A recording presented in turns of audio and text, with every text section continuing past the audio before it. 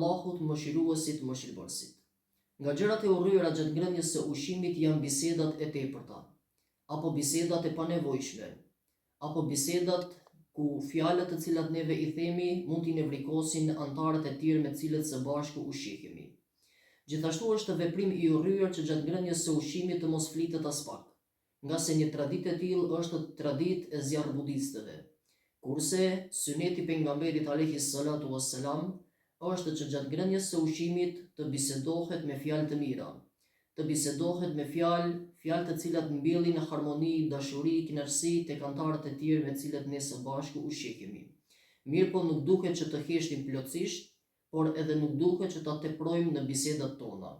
Gjithashtu është veprim i urryer që gjatë ngrënies së ushqimit të qeshet pa nevojë dhe të teprohet e qeshura.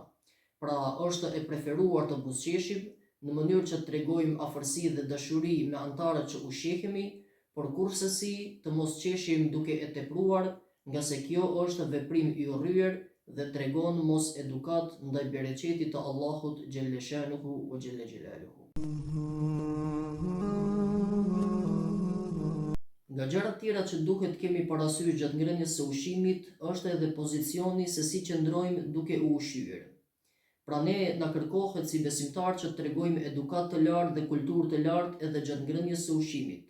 Prandaj pozicioni jon gjatë ngrënies së ushqimit duhet të jetë sa më pedant dhe një pozicion që tregon edukat ndaj begatisë së Zotit xhelle shanuhu wa xhelle xhelaluhu.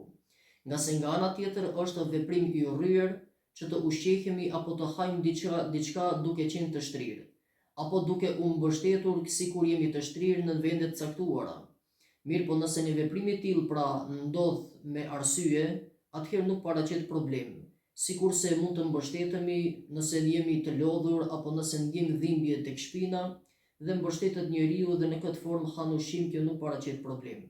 Mirë po shtrirja dhe mbështetja e panevojshme gjatë ngrënies së ushqimit është veprim i urryer, nga se tregon mos edukat dhe nuk tregon kulturë të lartë ndaj begatisë së Allahut xhelle shanuhu wa xhelle xhelaluhu. Nga gjërat tjera të rëndësishme gjatë ngrënies së ushqimit është edhe troshkat apo thërimet e ushqimit të cilit ne i bëjmë gjatë ngrënies së ushqimit. Dhe është veprim i urryer që të jemi të pakujdesshëm që troshkat apo thërimet e ushqimeve të na bien në tokë, ku edhe pastaj këmbët tona gjatë ecjes edhe mund t'i shkelin. Dhe shkelja e tyre është shkelje e bereqetit të Allahut xhelle shanuhu wa xhelle xhelaluhu. Prandaj duhet jemi të kujdesshëm dhe është e pëlqyer që para se të fillojmë me ushqim të vendojmë diçka në afërsi të vendit ku ne edhe ushqehemi, në mënyrë që të sigurohemi ato thërimet që do i bëjmë gjatë ngrënies së ushqimit të jenë të tubuara në një vend dhe të sigurohemi që mos derdhen apo mos shpërndahen në sipërfaqe tokës, ku edhe mund t'i shkel pastaj këmba e njeriut. Nga se një veprim i tillë është veprim i urryer dhe që tregon pakujdesi dhe mungesë të edukatës për begatinë që Allahu xhelle shanuhu wa xhelle xhelaluhu na e ka dhënë. Nga gjërat tjera të rëndësishme që janë në ngrënien e ushqimit është që të përgatisim ushqim aq sa është e nevojshme, për aq antar pra sa jemi në familje.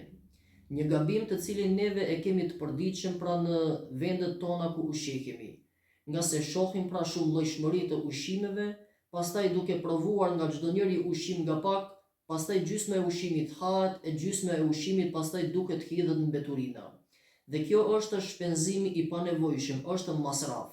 E që Allahu i madhëruar la yuhibbul musrifin, ai nuk i don ata të cilët bëjnë masraf. Ai nuk i don ato të cilët e shkapërderdhin pasurinë e tyre. Ai nuk i don ato të cilët shpenzojnë në gjëra të panevojshme. Prandaj le të përgatisim ushqim në shtëpitë tona, aq sa është e nevojshme dhe të sigurohemi që përgatitja të jetë e tillë në mënyrë që neve të mund ta përfundojmë ushqimin të gjithin, dhe jo gjysmën e ushqimit ta ham e pastaj gjysmën e ushqimit ta hedhim, nga se edhe kjo është mosmirnjohje dhe të mos ja dish vlerën begatisë që Allahu i madhëruar na e ka dhënë.